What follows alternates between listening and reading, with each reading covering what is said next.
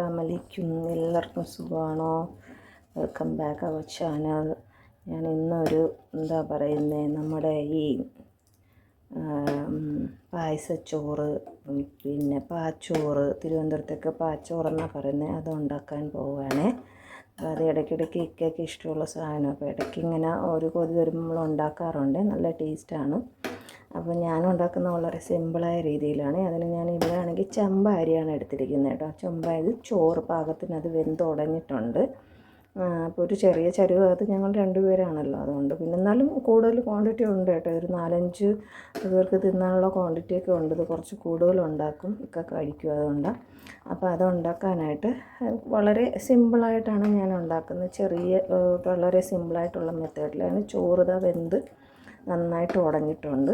അപ്പോൾ ഇതിലേക്ക് ശർക്കര പാനിയാണ് ഒഴിക്കുന്നത്. ഞാനിവിടെ ശർക്കര പാനി ഉപയോഗിക്കുന്നില്ല, കാരണം എൻ്റെ ഇരിക്കുന്നത് ഓർഗാനിക് ശർക്കരപ്പൊടിയാണ്.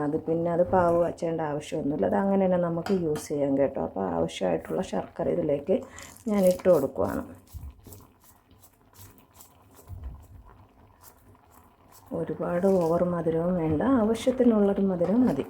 അപ്പോൾ ഇത് വെന്ത് ഉടയട്ടെ കേട്ടോ. എന്നിട്ട് ഇത് വെന്തോടയിട്ട് കുറച്ച് നേരം ഇതിങ്ങനെ വെന്തോടയിട്ട് കുറച്ചുകൂടെ വെന്ത് നല്ലതുപോലെ പാകമായിട്ടുണ്ട്.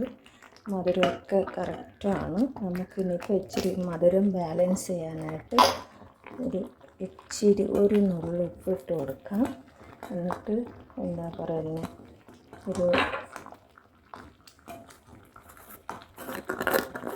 ഇതിലേക്ക് വേണ്ട സാധനങ്ങൾ നമുക്ക് ഇട്ട് കൊടുക്കാം.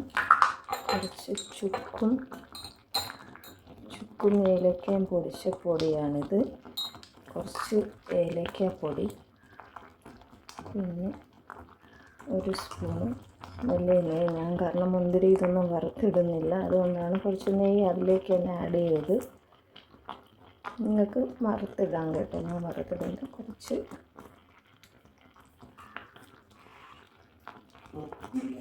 തേങ്ങ, ഒരു പഴമാണ്. അതിനൊരു കൈ വേറെ ഇക്കടെ കൈയാണ് കേട്ടോ. ഒരു അത്ഭുതപ്പെടുണ്ടായിരുന്നു ഈ കൈ ഏതാന്ന്. അത് തെറിക്കും, അതുകൊണ്ടാണ് ഇക്ക ഇടുന്നത്. ലാസ്റ്റ് നമ്മളൊരു ഏത്തപ്പഴം കൂടെ അരിഞ്ഞിടുവാണെങ്കിൽ കഴിഞ്ഞു, ഫൈനലായി. മധുരമൊക്കെ ബാലൻസ് ആയിട്ടുണ്ട്. അങ്ങനെ നമ്മുടെ പാച്ചോറ് അല്ലെങ്കിൽ പായസച്ചോറ് ഇവിടെ റെഡി ആയിട്ടുണ്ട്.